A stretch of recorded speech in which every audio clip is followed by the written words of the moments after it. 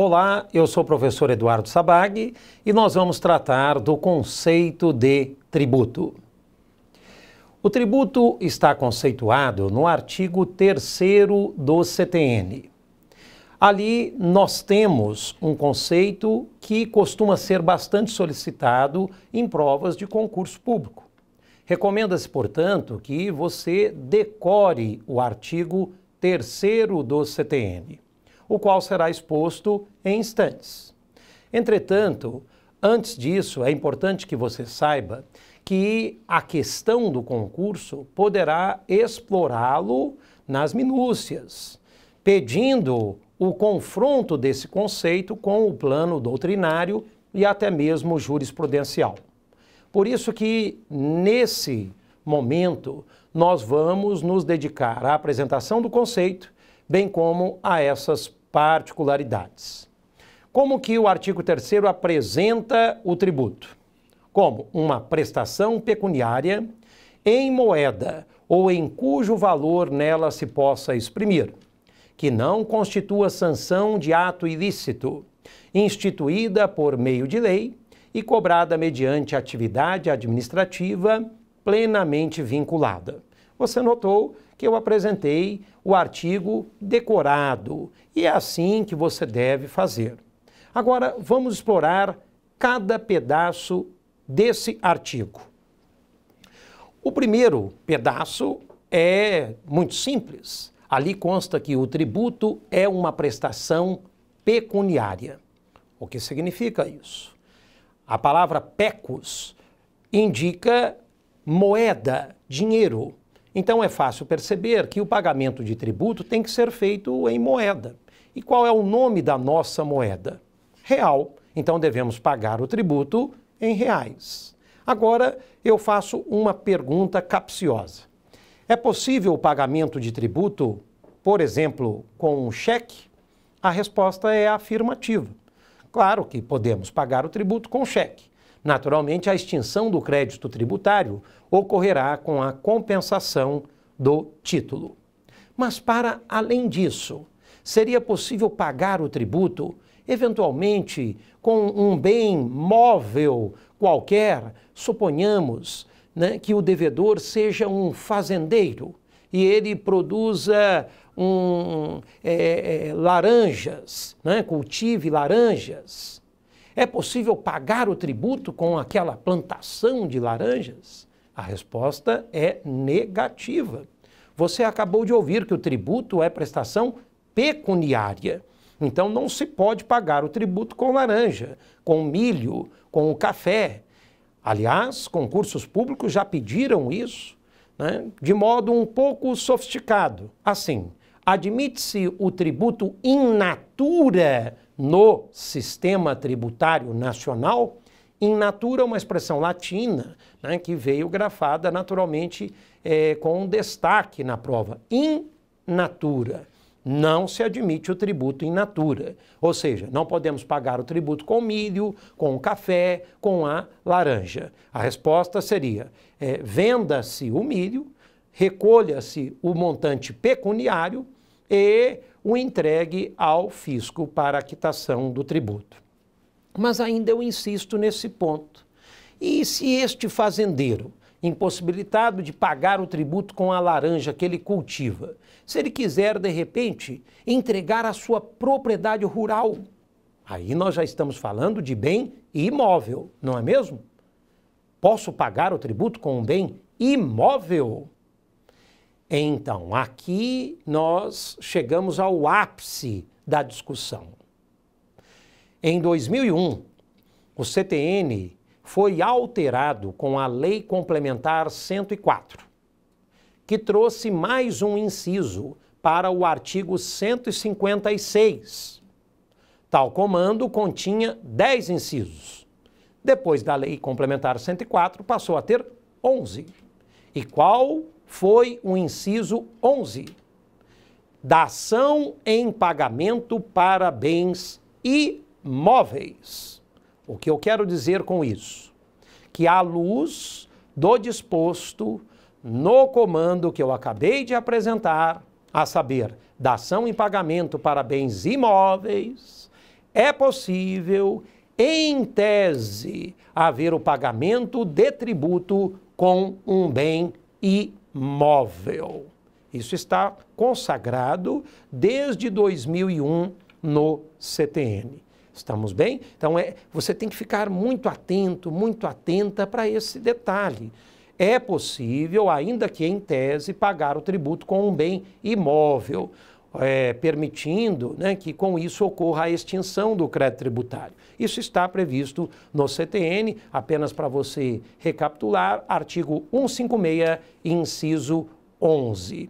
E por que eu falei em tese? Porque na prática, com toda franqueza, essa modalidade ela não chegou a ser disseminada, exitosamente disseminada na nossa rotina tributária, né? São raras as leis de dação em pagamento para bens imóveis no Brasil. Por isso que nós falamos sempre que, em tese, a bem da verdade, o Estado credor, né, o sujeito ativo da obrigação tributária, ele prefere a pecúnia, né, a qualquer espécie diversa de bem que possa servir para pagar o tributo, em razão da liquidez do dinheiro. Tá? Por isso que a gente diz que a dação em pagamento acabou não vingando no nosso sistema tributário. Essas são as principais informações para concurso acerca desse pedacinho do conceito.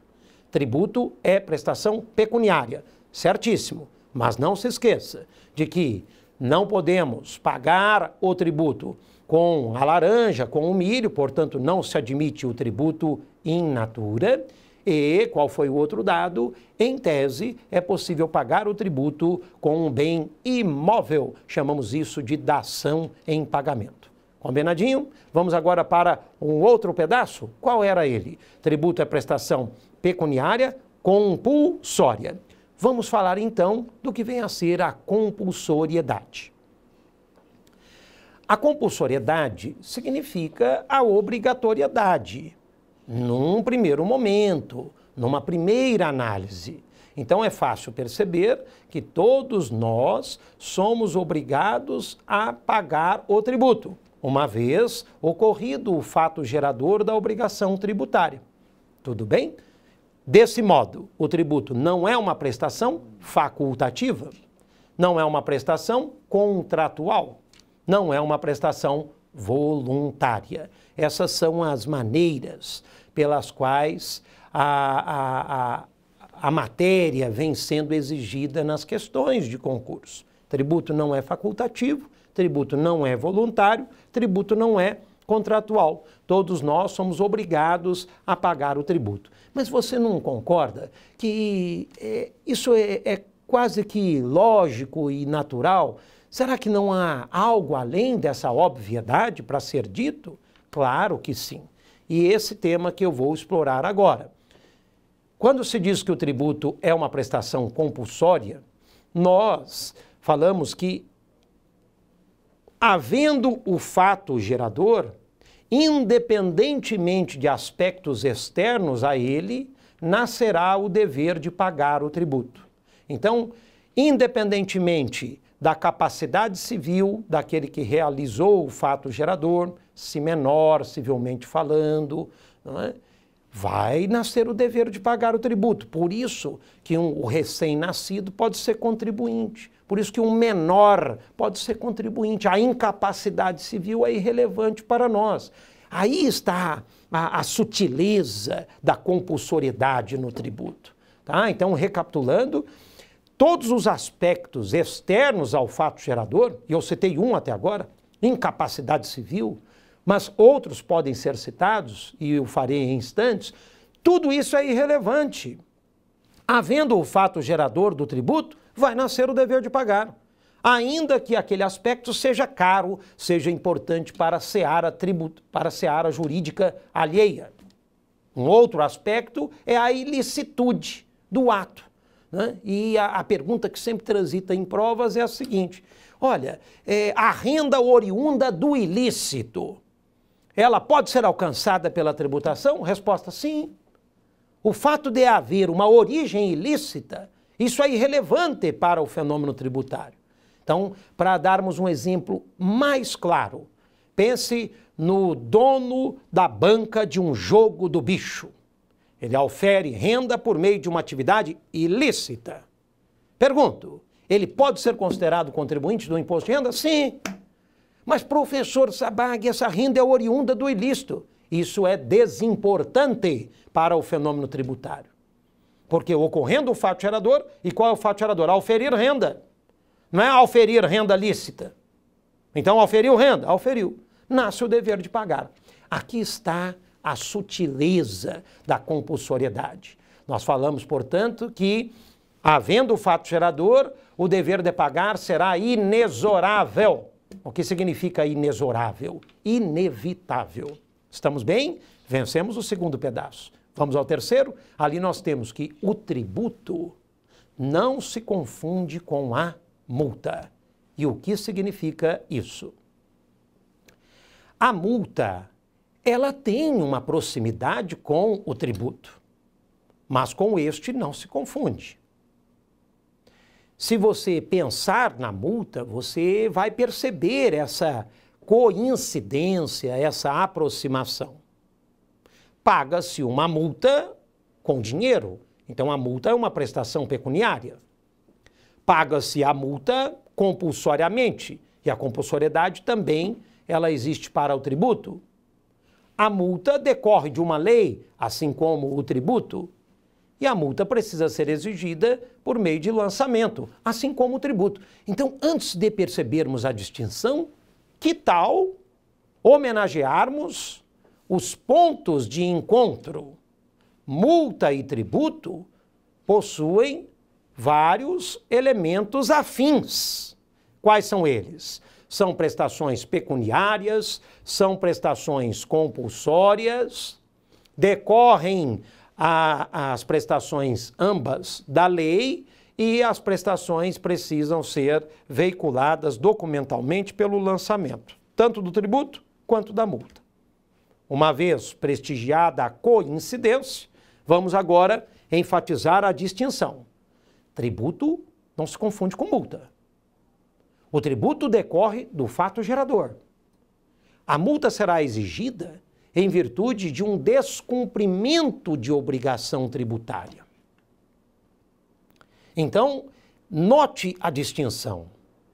Há um fato gerador que foi visualizado pelo legislador, né, no plano fenomênico, não é? No mundo fático, no mundo da realidade.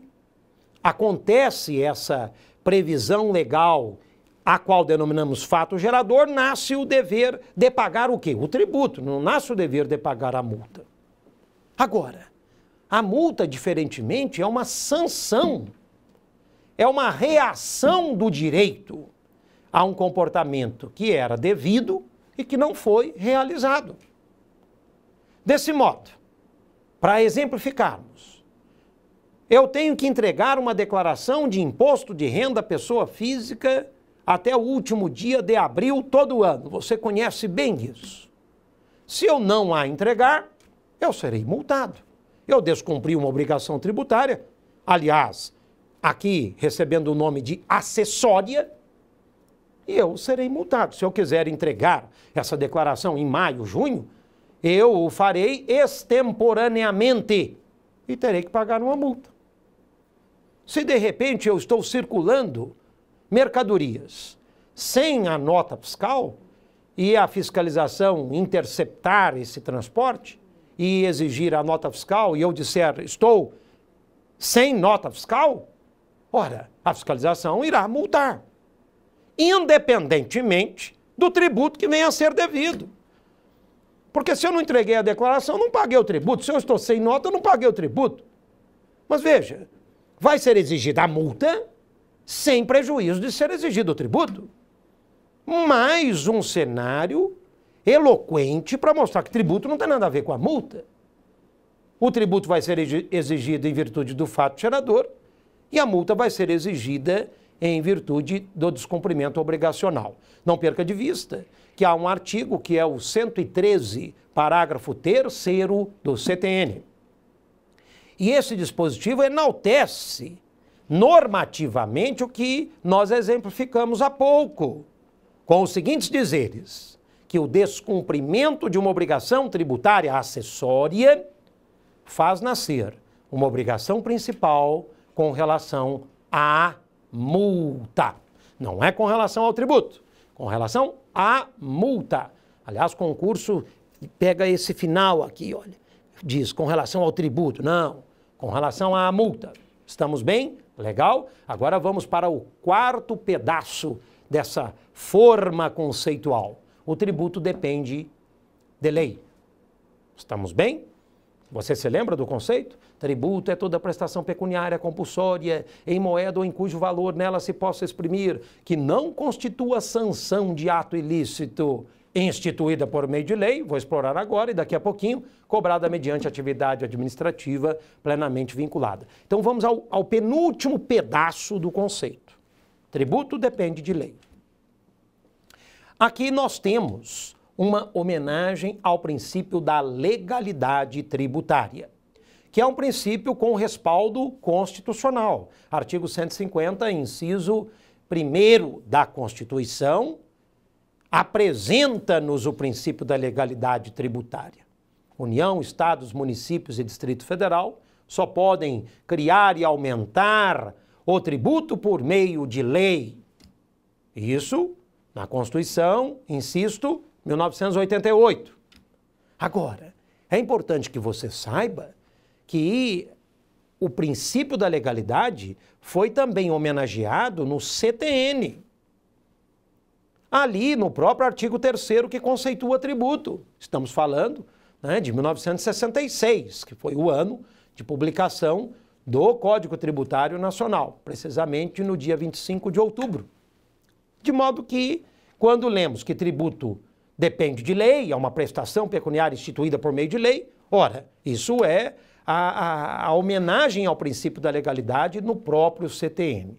Em outros momentos, há menção à legalidade também naquele código, mas aqui é o momento que eu considero especial. No próprio conceito de tributo, temos a previsão da lei como a fonte formal, básica do fenômeno tributário. Então, tributo depende de lei. Isso significa o quê? Que o poder legislativo é o poder competente para versar sobre o fenômeno tributário. Em outras palavras, e a contrário senso, o poder executivo não pode, como regra, versar sobre tributo. Não é prefeito que vai criar tributo, não é governador que vai criar tributo, não é presidente que cria tributo. Quem cria tributo são os representantes do povo, por meio da lei. E aí exploro só um pouquinho esse dado. Qual é o motivo? Qual é a preocupação do legislador quando assim quis? Nós sabemos que a lei é o produto da vontade do povo. Ela tem essa potencialidade para externar esse desígnio popular.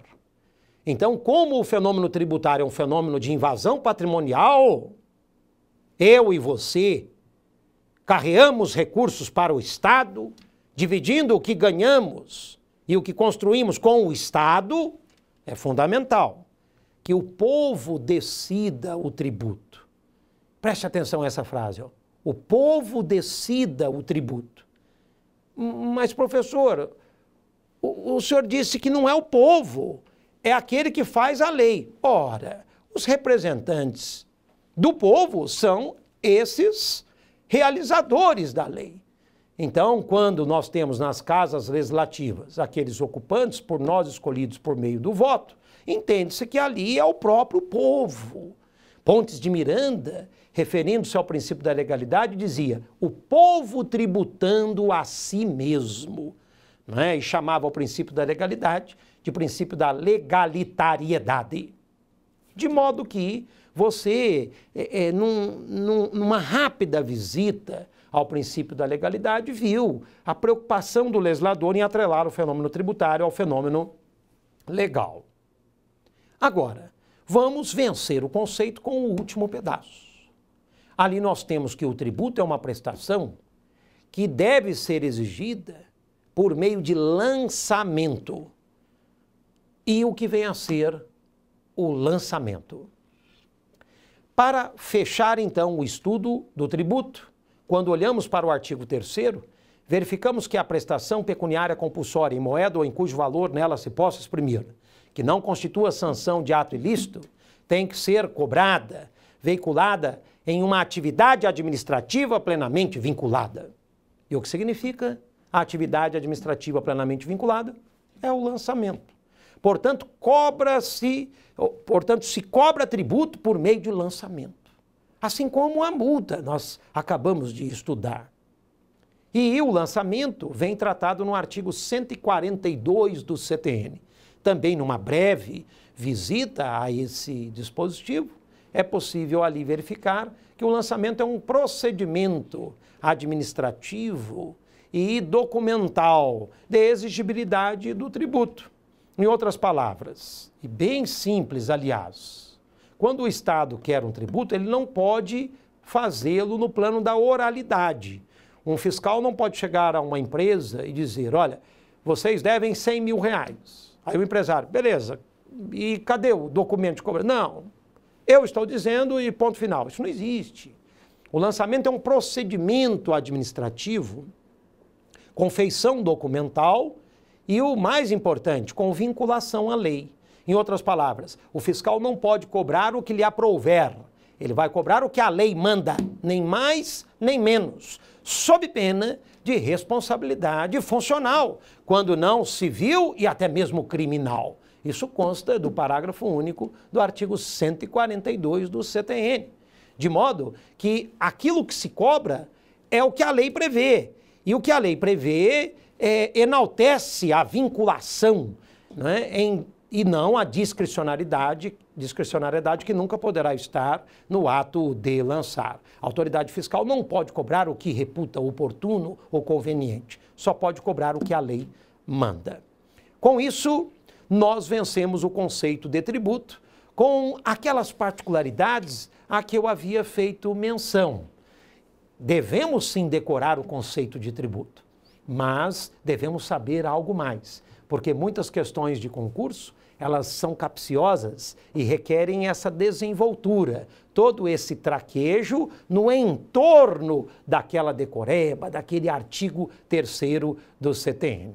Portanto, fechamos essa importante dica estudando o conceito do tributo previsto no artigo 3º do CTN. Bons estudos! Obrigado.